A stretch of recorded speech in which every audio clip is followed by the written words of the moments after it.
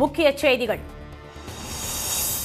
Japan தென்கொரியா பொருட்களுக்கு வரி விதிப்பை அறிவித்தார் ட்ரம்ப். முட்டுக்கட்டை தொடர்வதால் இந்தியாவுக்கான அவகாசம் ஆகஸ்ட் 1ஆம் தேதி வரை நீட்டிப்பு. பீகாரில் வாக்காளர் பட்டியல் சீர்திருத்தத்திற்கு வலுக்கும் எதிர்ப்பு. உடனடியாக நிறுத்துமாறு தேர்தல் ஆணையத்திற்கு இந்தியா கூட்டணி வலியுறுத்தல். வட மாநிலங்களில் இடைவிடாமல் கொட்டி தீர்க்கும் பருவமழை. உத்தராகண்ட், இமாச்சல பிரதேசத்தில் நிலச்சரிவு ஏற்பட்டுள்ளதால் போக்குவரத்து பாதிப்பு. நாட்டிலேயே முதன்முறையாக டிஜிட்டல் முறையில் மக்கள் தொகை கணக்கெடுப்பு. பொதுமக்கள் சுயமாக விவரங்களை பதிவு செய்ய தனி வலைதளம் அறிமுகம்.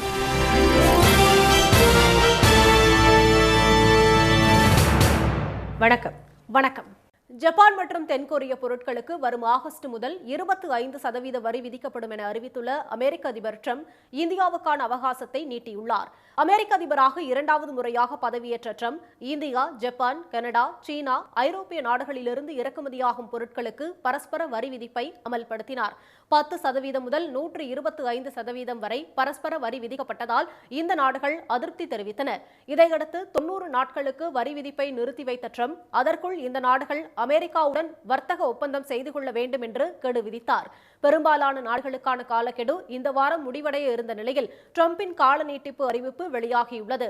இது தொடர்பாக ஜப்பான் மற்றும் தென்கொரியா நாடுகளின் தலைவர்களுக்கு கடிதம் எழுதியுள்ள ட்ரம்ப் இறக்குமதி வரிகளை அதிகரிப்பதன் மூலம் தங்களை பழிவாங்க வேண்டாம் என்று தெரிவித்துள்ளார். இல்லையென்றால் ஆட்டோ மற்றும் மின்னணு துறைகளை முடக்கும் அளவுக்கு இறக்குமதி வரி அதிகரிக்கப்படும் என்று எச்சரித்துள்ளார். கட்டணங்களை நீங்கள் எவ்வளவு உயர்த்தினாலும் அது நாங்கள் வசூலிக்கும் 25% சேர்க்கப்படும் என்று ஜப்பானிய பிரதமர் ஷிகரு இஷிபா மற்றும் தென்கொரிய அதிபர் லீ ஜே மியூங்கிற்கு எழுதிய கடிதங்களில் ட்ரம்ப் குறிப்பிட்டுள்ளார். மலேசியா, மியான்மர், லாவோஸ், கஜகஸ்தான், தென்னாப்பிரிக்கா, கம்போடியா, தாய்லாந்து உள்ளிட்ட 14 நாடுகள் தங்களுடனான வர்த்தக ஒப்பந்தம் செய்து கொள்ள ஏதுவாக வரும் ஆகஸ்ட் 1ஆம் தேதி வரை நீட்டித்துள்ளார். இதனிடையே 90 நாட்கள் அவகாசம் நாளையுடன் முடிய உள்ள நிலையில் இது தொடர்பான பேச்சுவார்த்தையில் முட்டுக்கட்டை நீடிப்பதால் இந்தியா மீதான இறக்குமதி வரி விதிப்பும் ஆகஸ்ட் 1ஆம் தேதி வரை நீட்டிக்கப்பட்டுள்ளது. அமெரிக்காவின் கொள்கைகளுக்கு எதிராக செயல்படும் இந்தியா உள்ளிட்ட பிரிக்ஸ் உறுப்பினர் நாடுகள் மீது கூடுதலாக 10% வரி விதிக்கப்படும் என்றும் ட்ரம்ப் மிரட்டியிருந்த நிலையில் கால அவகாச நீட்டிப்பு அறிவிப்பு வெளியாகியுள்ளது. பீகாரில் மேற்கொள்ளப்பட்டுள்ள வாக்காளர் பட்டியல் சீர்திருத்த நடவடிக்கைகளை தேர்தல் ஆணையம் உடனடியாக நிறுத்திக் கொள்ள வேண்டும் என இந்தியா கூட்டணி கட்சிகள் வலியுறுத்தியுள்ளன. அம்மாநில சட்டப்பேரவை தேர்தல் இந்த ஆண்டு இறுதியில் நடைபெறவுள்ள நிலையில் அதற்கான ஆயத்த பணிகளில் தேர்தல் ஆணையம் தீவிரம் காட்டி வருகிறது. அதன் ஒரு பகுதியாக வாக்காளர் பட்டியலில் திருத்தங்களை செய்ய சிறப்பு தீவிர மறுபரிசீலனை திட்டத்தை அமல்படுத்த தேர்தல் ஆணையம் முடிவு செய்தது. அதன்படி வாக்காளர்கள் அனைவரும் தாங்கள் இந்தியர் என்பதை நிரூபிக்க பிறந்த தேதி, பிறந்த இடம் ஆகியவற்றுக்கான ஆவணங்களை சமர்ப்பிக்க வேண்டும் என்றும் 1987 ஜூலை 1 முதல் 2002ஆம் ஆண்டுக்குள் பிறந்தவர்கள் 11 ஆவணங்களில் ஏதாவது ஒன்றை சமர்ப்பிக்க வேண்டும் என்றும் ஆதார் ஆவணம் ஏற்றுக்கொள்ளப்பட மாட்டாது என்றும் தேர்தல் ஆணையம் தெரிவித்துள்ளது. முக்கியமாக தங்களுடைய பெற்றோரின் பிறப்பிடம் சார்ந்த சான்றுகளையும் வழங்க வேண்டும் என தேர்தல் ஆணையம் கூறியுள்ளது. இதனை எதிர்த்து ராஷ்டிரிய ஜனதா தளம், திரிணாமுல் காங்கிரஸ், ஜனநாயக சீர்திருத்தங்களுக்கான சங்கம் உள்ளிட்டவை உச்சநீதிமன்றத்தில் மனு தாக்கல் செய்துள்ளன. தேர்தல் ஆணையத்தின் நடவடிக்கை வாக்குரிமையை பறிக்கும் செயல் என்றும் இஸ்லாமியர்கள், பட்டியல் இனத்தவர், விளிம்பு நிலை மக்கள், புலம்பெயர் தொழிலாளர்களை இலக்காக வைத்து வாக்குரிமையை பறிக்க இந்த சிறப்பு திருத்தம் கொண்டுவரப்பட்டுள்ளதாகவும் குற்றம் சாட்டியுள்ள இந்தியா கூட்டணி கட்சிகள் வாக்காளர் பட்டியல் சரிபார்ப்பதை தேர்தல் ஆணையம் உடனடியாக நிறுத்த வேண்டும் என வலியுறுத்தியுள்ளன. ஆணையத்தின் நடவடிக்கை வாக்காளர்கள் மத்தியில் இனம் புரியாத அச்சத்தை ஏற்படுத்தியிருப்பதாகவும் கண்டனம் தெரிவித்துள்ள அவை வாக்காளர் பட்டியல் சரிபார்ப்பு நடவடிக்கைகளுக்கு முற்றுப்புள்ளி வைக்குமாறு கேட்டுக் கொண்டுள்ளன. வடமாநிலங்களில் கொட்டி வரும் கனமழையால் மக்களின் இயல்பு வாழ்க்கை பாதிக்கப்பட்டுள்ளதுடன் அடுத்த 3 நாட்களுக்கு கனமழை பெய்யும் என இந்திய வானிலை ஆய்வு மையம் எச்சரித்துள்ளது. கடந்த சில நாட்களாக வடமாநிலங்களில் கனமழை வெளுத்து வாங்கி வருகிறது. உத்தரப்பிரதேச மாநிலத்தில் நேற்று இரவு விடிய கனமழை பெய்தது. நொய்டா, காசியாபாத், காஸ்கஞ்ச், ஃபதேபூர் ஆகிய இடங்களில் பலத்த காற்றுடன் கொட்டிய கனமழையால் சாலைகளில் தண்ணீர் பெருக்கெடுத்து ஓடியது. மொராதாபாத் மற்றும் சுற்றுப்பகுதிகளில் வெளுத்து வாங்கிய மழையால் தாழ்வான பகுதிகளில் முழங்கால் அளவுக்கு தண்ணீர் தேங்கியது. முக்கிய சாலைகளில் மழைநீர் தேங்கியதால் வாகன ஓட்டிகளும் பொதுமக்களும் கடும் சிரமத்திற்கு ஆளாகினர். पानी बहुत भर रहा है विकासनगर पे, निकलने में बहुत दिक्कत हो रही है, गाड़ी भी बंद हो रही है. மீரட், அவுரியா, கான்பூர் நகர், கௌதம் புத் நகர் ஆகிய இடங்களில் இடி மின்னலுடன் கனமழை கொட்டி தீர்த்தது. தலைநகர் டெல்லியில் நேற்று பெய்த கனமழையால் சாலைகள் குளம் போல் மாறின. இதனால் பல கிலோமீட்டர் தூரத்திற்கு வாகனங்கள் ஊர்ந்து சென்றன. ஐடிஓ, பிகாஜி காமா, விஜய் சவுக் உள்ளிட்ட பகுதிகளில் 1 மணி நேரம் பெய்த மழையால் சாலைகளில் தண்ணீர் ஆறாக ஓடியது. बहुत ही दिक्कत है, यहाँ पानी भर जाता है, 1 घंटे में इतना पानी भर जाता है कि पूछो मत। मेरी खुद की गाड़ी यहाँ पंचर हो गई अभी। हाँ जी, 1 घंटे में इतना बहुत ही ज्यादा पानी भर, बहुत बुरा हाल है यहाँ का, जाम ट्रैफिक इतना लगता है कि पूछो मत। குஜராத் மாநிலத்தில் பரவலாக பெய்து வரும் மழையால் மக்களின் இயல்பு வாழ்க்கை பாதிக்கப்பட்டுள்ளது.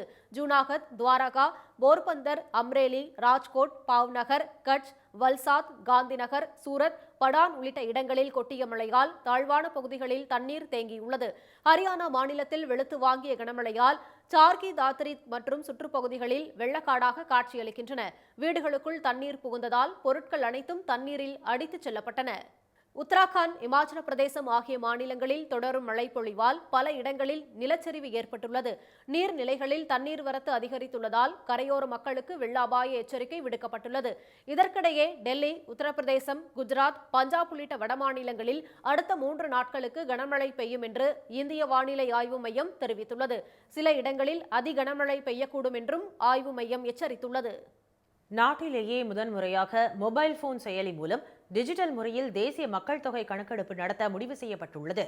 பனிப்பொழிவால் பாதிக்கப்படும் ஜம்மு காஷ்மீர், லடாக், ஹிமாச்சல பிரதேசம், உத்தராகண்ட் மாநிலங்களில் அடுத்த ஆண்டு அக்டோபர் 1ஆம் தேதியும், மீதமுள்ள பகுதிகளில் 2027 மார்ச் 1ஆம் தேதியும் சென்சஸ் எனப்படும் மக்கள் தொகை கணக்கெடுப்பு பணி துவங்கப்பட உள்ளதாக மத்திய அரசு அறிவித்துள்ளது.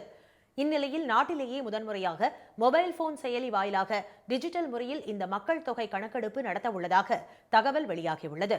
மக்கள் தொகை கணக்கெடுப்பு பணியை நவீனமயமாக்கவே அதை டிஜிட்டல் முறையில் செயல்படுத்தும் முயற்சி எடுக்கப்பட்டுள்ளதாக அதிகாரிகள் தெரிவித்துள்ளனர்.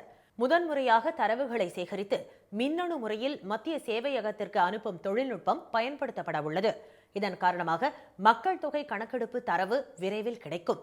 கணக்கெடுப்பாளர்கள் தங்கள் ஆண்ட்ராய்டு மற்றும் ஆப்பிள் மொபைல் போன்களில் உள்ள பிரத்யேக செயலியை பயன்படுத்தி குடிமக்களின் தரவுகளை சேகரிப்பர்.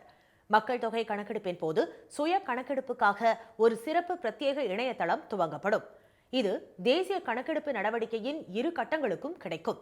நம் நாட்டில் இணையதளம் வாயிலாக மக்கள் சுய கணக்கெடுப்பில் பங்கேற்பது இதுவே முதன்முறையாகும். அடுத்த ஆண்டு மேற்கொள்ளப்பட உள்ள மக்கள் தொகை கணக்கெடுப்பின் முதல் கட்ட பணி ஏப்ரல் 1 முதல் துவங்கும் என மத்திய அரசு ஏற்கனவே அறிவித்திருந்தது குறிப்பிடத்தக்கது.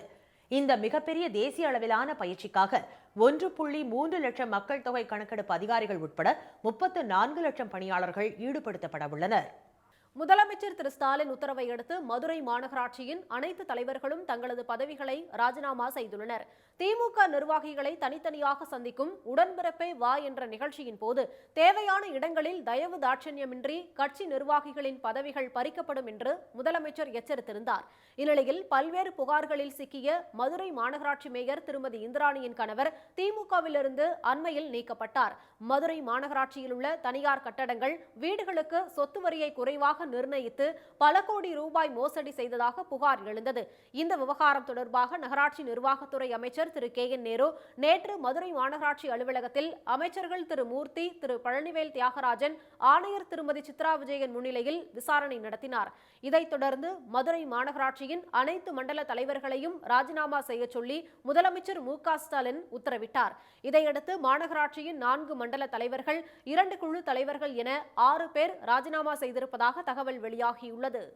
கல்லூரி பேராசிரியர்கள் நியமனம் மற்றும் முதல்வர்கள் பதவி உயர்வு விவகாரத்தில் அரசு முறையான நடவடிக்கைகளை மேற்கொண்டு வருவதாக உயர்கல்வித்துறை அமைச்சர் திரு கோவி செழியன் விளக்கம் அளித்துள்ளார். இது தொடர்பாக தவறான செய்திகள் பரப்பப்படுவதாக தெரிவித்துள்ள அவர், தமிழக கல்லூரிகளில் 4711 பேராசிரியர்கள் நிரந்தரமாக பணியாற்றி வருவதாக சுட்டிக்காட்டியுள்ளார். காலி பணியிடங்களில் கௌரவ விரிவுரையாளர்கள் நியமனம் செய்யப்பட்டு மாணவர்களின் கல்வி பாதிக்காமல் இருக்க ஏற்பாடு செய்யப்பட்டிருப்பதாகவும் திரு கோவி செழியன் கூறியுள்ளார். ஆசிரியர் தேர்வு வாரியம் மூலம் காலி பணியிடங்களை நிரப்புவது நீதிமன்ற வழக்குகளால் தடைப்பட்டிருப்பதாக தெரிவித்துள்ள அமைச்சர், இதற்கு தீர்வு காண சட்டப்பூர்வ நடவடிக்கைகள் மேற்கொள்ளப்பட்டு வருவதாகவும் கூறியுள்ளார். கல்லூரி முதல்வர்கள் விவகாரத்திலும் நீதிமன்ற தடை ஆணைகளால் பதவி உயர்வு வழங்குவதில் தாமதம் ஏற்பட்டிருப்பதாக தெரிவித்துள்ள திரு கோவி செழியன், தமிழகத்தில் உயர்கல்வியை செம்மைப்படுத்த நான் முதல்வன் உள்ளிட்ட பல்வேறு திட்டங்கள் நடைமுறையில் இருப்பதாக சுட்டிக்காட்டியுள்ளார். மாணவர்களுக்கு பல்வேறு சலுகைகள் மற்றும் உட்கட்டமைப்புகளை மேம்படுத்துதல் மூலம் உயர்கல்வி சேர்க்கையில் தமிழ்நாடு முதலிடம் வகிப்பதாகவும் அவர் தெரிவித்துள்ளார். மத்திய அரசின் ஓரவஞ்சனைக்கு பின்னரும் தடைகளை தாண்டி தமிழகத்தில் உயர்கல்வி சிறப்பாக வழங்கப்பட்டு வருவதாக திரு கோவி செழியன் கூறியுள்ளார். பாமகவில் டாக்டர் ராமதாசும் திரு அன்புமணியும் இன்று போட்டி கூட்டங்களுக்கு அழைப்பு விடுத்துள்ளதால் அந்த கட்சியில் உச்சகட்ட குழப்பம் நிலவுகிறது. பாமக நிறுவனர் டாக்டர் ராமதாசுக்கும் அவரது மகனும் அந்த கட்சியின் செயல் தலைவருமான திரு அன்புமணிக்கும் இடையிலான மோதல் நாளுக்கு நாள் உச்சமடைந்து வருகிறது. டாக்டர் ராமதாசின் மகள்வழி பேரன் முகுந்தனுக்கு அவர் கட்சியில் பதவி வழங்கியதே இந்த பிரச்சினைக்கு மூல காரணமாக உள்ளது. இதன் தொடர்ச்சியாக திரு அன்புமணியின் ஆதரவாளர்களான திருமதி திலகபாமா, திரு பாலு உள்ளிட்டோரின் மாநில மற்றும் மாவட்ட நிர்வாக கட்சி பதவிகளை டாக்டர் ராமதாஸ் தொடர்ந்து பறித்து வருகிறார். இதற்கு போட்டியாக ராமதாசின் ஆதரவாளர்களின் கட்சி பதவிகளை திரு அன்புமணி பறித்து வருகிறார். நாளுக்கு நாள் இரு தரப்புக்கும் இடையிலான மோதல் தீவிரமடைந்த நிலையில் இன்று திண்டிவனத்தில் டாக்டர் ராமதாஸ் தலைமையில் செயற்குழு கூட்டம் நடைபெறும் என்று அறிவிக்கப்பட்டுள்ளது. இதற்கு போட்டியாக நிர்வாக குழுவிலிருந்து நீக்கப்பட்ட திரு அன்புமணி தலைமையில் சென்னையில் நிர்வாக குழு கூட்டம் நடைபெறும் என்று தெரிவிக்கப்பட்டுள்ளது. டாக்டர் ராமதாஸ் தலைமையில் நடைபெறும் பாமக செயற்குழு கூட்டத்தில் அடுத்த ஆண்டு நடைபெறவுள்ள சட்டப்பேரவை தேர்தல் மற்றும் கூட்டணி குறித்து முடிவு செய்யப்படும் என்று தெரிகிறது. மேலும் அவரால் புதிதாக நியமிக்கப்பட்ட மாநில நிர்வாகிகள் பங்கேற்பார்கள் என்று எதிர்பார்க்கப்படுகிறது. இதனிடையே திரு அன்புமணி தலைமையில் நடைபெறும் நிர்வாக குழு கூட்டத்தில் அவரது ஆதரவாளர்களான திரு வடிவேல் ராவணன், திருமதி திலகபாமா உள்ளிட்டோர் கலந்து கொள்வார்கள் என்று எதிர்பார்க்கப்படுகிறது. தந்தை மகனுக்கான மோதல் நாளுக்கு நாள் அதிகரித்து வருவதால் பாமகவினர் குழப்பத்தில் உள்ளனர். அசாம் மாநிலத்தில் கூட்டத்தில் இருந்து பிரிந்த குட்டி யானையை சாணத்தின் மூலம் தாயுடன் வனத்துறையினர் சேர்த்தனர். வனப்பகுதியில் நிலவும் வறட்சி காரணமாக ஊருக்குள் நுழையும் யானைகள் பல்வேறு அட்டகாசங்களில் ஈடுபடுகின்றன. அந்த நேரத்தில் வழிமாறி தங்களுடைய பிள்ளைகளையும் பிரியும் அவலம் நிலவுகிறது. அசாம் மாநிலம் காசிரங்கா தேசிய பூங்காவில் குட்டி யானை ஒன்று அதன் கூட்டத்தில் இருந்து பிரிந்து சென்று விட்டது. இதனை அறிந்த காசிரங்கா தேசிய பூங்கா நிர்வாகிகள் மற்றும் வனத்துறை அதிகாரிகள் யானை குட்டியை அதன் தாய் மற்றும் யானை கூட்டத்துடன் சேர்க்க பல்வேறு முயற்சிகளை மேற்கொண்டனர். அவை அனைத்தும் பலன் அளிக்காததால் இறுதியாக தாய் யானையின் சாணத்தை குட்டி யானையின் மீது வனத்துறையினர் பூசினர். இதன் பின்னர் தாயுடன் அந்த குட்டி யானை ஒன்றாக சேர்ந்தது.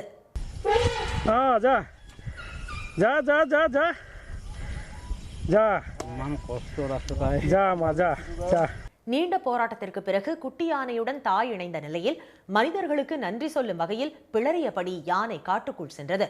இந்த வீடியோவை அசாம் மாநில முதலமைச்சர் தனது சமூக வலைதளத்தில் பதிவிட்டுள்ளார். காசிமேடு காரைக்கால் மீனவர்களுக்கிடையே நடுக்கடலில் நடந்த மோதலில் வலைகள் அறுத்து வீசப்பட்டதால் பதற்றம் நிலவுகிறது. காசிமேடு மீன்பிடி துறைமுகத்திலிருந்து புதுவண்ணாரப்பேட்டையைச் சேர்ந்த மீனவர் சுரேஷ் என்பவர் 10 நாட்டிகளில் மீன்பிடித்துக் கொண்டிருந்த போது அந்த பகுதியில் மீன்பிடித்த காரைக்கால் மீனவர்கள் அவர்களின் வலைகளை சேதப்படுத்தியதாக தெரிகிறது. இதனால் ஆத்திரமடைந்த காசிமேடு மீனவர்கள் இதுகுறித்து காரைக்கால் மீனவர்களிடம் கேட்டபோது இரு தரப்புக்கும் இடையே மோதல் ஏற்பட்டுள்ளது. இதில் இரும்பு கம்பி, கட்டைகளை கொண்டு இரு தரப்பினரும் தாக்கிக் கொண்டதாக தெரிகிறது.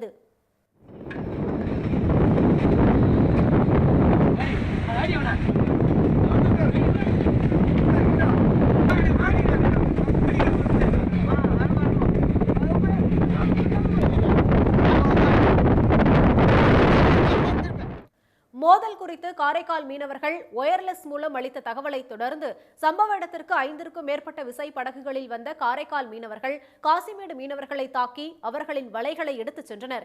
இதுகுறித்து மீனவர்கள் காசிமேடு மீன்பிடி துறைமுகத்திலும் மீன்வளத்துறை அதிகாரிகளிடமும் புகார் அளித்தனர். இந்த தாக்குதலில் மீனவர்களின் வலை, நங்கூரம் என 3 லட்சம் ரூபாய் மதிப்பிலான பொருட்கள் சேதமடைந்தன.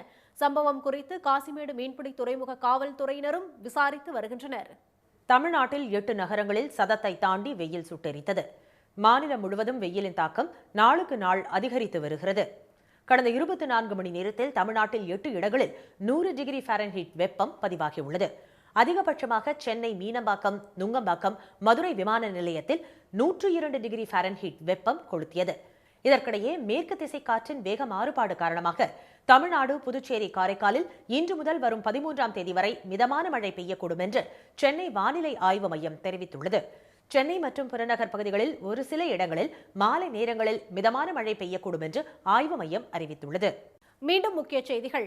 ஜப்பான் மற்றும் தென்கொரிய பொருட்களுக்கு ஆகஸ்ட் முதல் 25% வரி விதிக்கப்படும் என அறிவித்துள்ள அமெரிக்க அதிபர் டிரம்ப் இந்தியாவுக்கான அவகாசத்தை நீட்டித்துள்ளார்.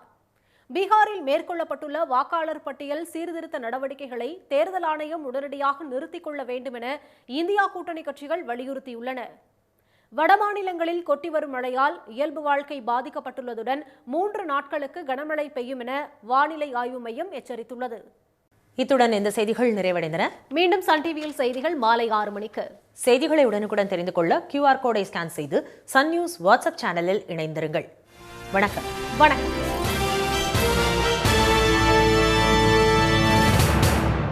உடனுக்குடன் செய்திகளை தெரிந்து கொள்ள சன் நியூஸ் பெல் ஐகானை கிளிக் பண்ணுங்க.